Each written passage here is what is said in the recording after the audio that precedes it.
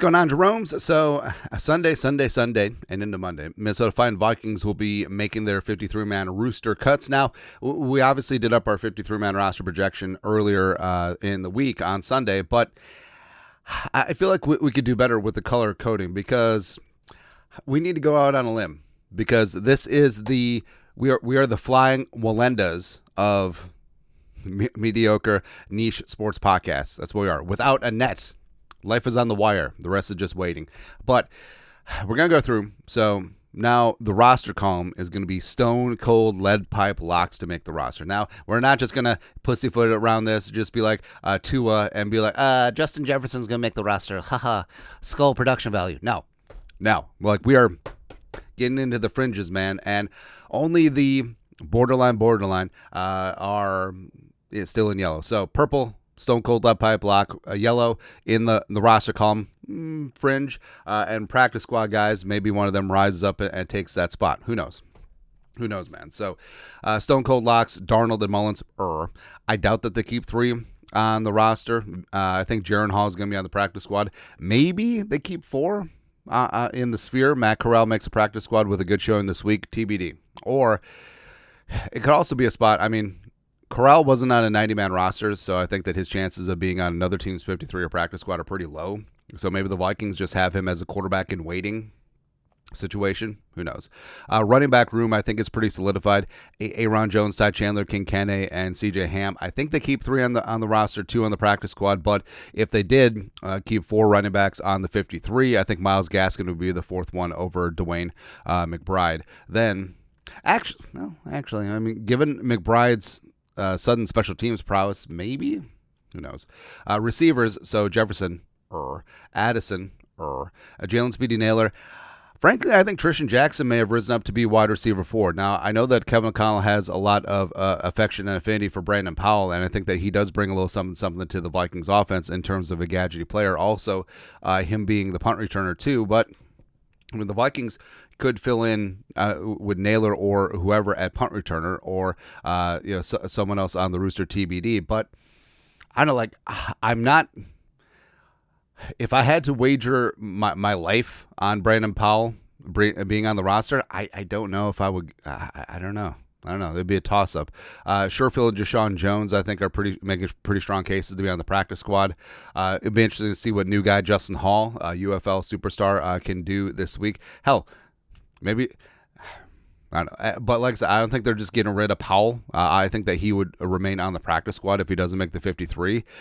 Could it be a spot where they'd be worried about getting Deshaun Jones through waivers, especially since they gave him that guaranteed money as a UDFA? Who knows? Who knows? But I do think that Trishan Jackson is pretty firmly on the 53, in addition to the big three at receiver with Jefferson, Addison, Naylor. Tight end wise, so Hockenson, I think, starts out on the pup. And then you got Oliver and Johnny Munt are locks. I think Nick Muse is going to be a lock, but you never really know. They seem to really like N'Keal Harry, and maybe it's a spot where they take Hawk off the pup, and he's just on the roster, missing the first couple of games, and hopefully they get him back like week 3 or 4. Like, it could be a weird situation like that. But either way, Muse needs to stay in the sphere, whether roster or practice squad. Offensive line, I think O-line is pretty straightforward. Now, I put Ed Ingram as a not a lock to make the roster because, I don't know, just for narratives and stuff. Nah. But overall, I think that the first 9 is pretty much set. Darisaw, Brandel, Bradbury, Reisner, O'Neal, Rouse, Ingram, Diamond Dan Feeney, and David Quisenberry. I think that Juergens and Tyrese Robinson are perfect practice squad candidates. I think that both of them have showed up well in preseason, but probably not well enough to be poached to another team's 53. Now, remember, when another team claims a waived player, they have to place them on their 53. You can't just claim a player and put them immediately on your practice squad. Mechanically, it doesn't work like that. Now, afterwards, after they clear waivers, a player may decide to sign with the team that cut them, their practice squad, or they're a free agent. They can sign with another team's practice squad, but the mechanics of the whole waiver claiming process, they have to be on the 53. That's why it doesn't really happen too often. Defensively, so Tillery, Harrison Phillips, Bullard, Levi Drake, Rodriguez, Jonah Williams, I think are your stone cold locks on the D-line. I think that they will keep 6 on the 53, but it'll be, actually, there you go.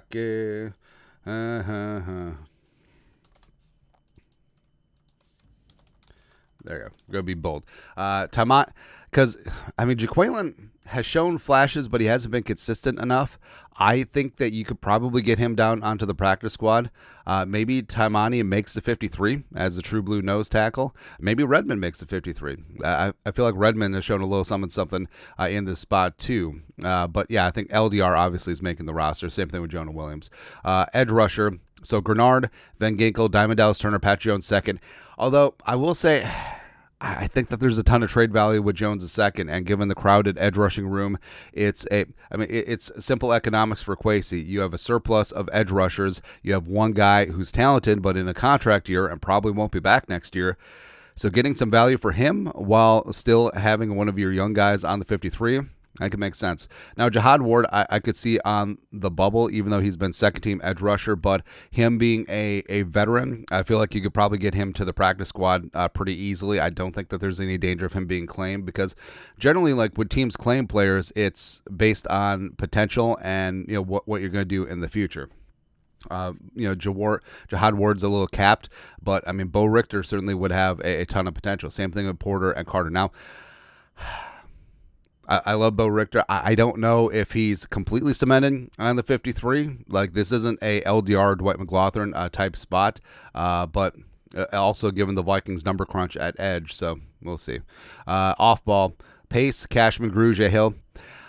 So Asma has been fired up throughout training camp, and then he's made splash plays in preseason, but also the meat and potato stuff has sort of been lacking. And I don't know, could it be a spot where Asama is waived and tried to get down on the practice squad, and then they 53-man roster Dallas Gant? I think it could be, like, 96 is looking good, man. 96 is looking great. 96 questions, 96 answers, baby. Cornerback-wise, so I think that there's 4 set in stone: Gilmore, Murph, Griffin, and McLaughlin. All right, so even though Evans has been above McLaughlin in the pecking order, I think that Evans is a near lock. But I think that McLaughlin, just given his upside and given him being a UDFA, I think that he is locked to make this roster because I don't think that they would get him through waivers. I think that he would be snatched up. Whereas, veterans like Fabian Moreau and Duke Shelley, who were sitting out there as free agents when other teams all had their 90-man rosters, I think that you could pretty easily get them down to the practice squad. Then, safety-wise, I think 4 locks. So Harrison, Beasley, Metellus, Theo Jackson, they love a lot. I know that Theo didn't do great in the Raiders game, but it sort of is what it is. I think that he is locked in and potentially could be the replacement for Harrison Smith, but also the guy who's drafted to be the replacement for Harrison Smith. I don't know if Scene still makes the roster. Like, obviously love his performance against the Browns, but is it too little too late? Do they still move on? Do they trade him? I mean, there's a lot riding on this last preseason game. And also for a guy, Jay Ward, like, he's got to show something, man. It hasn't been great out there at corner. Maybe he is a safety. Maybe that's why he was moved to safety in the first place at LSU.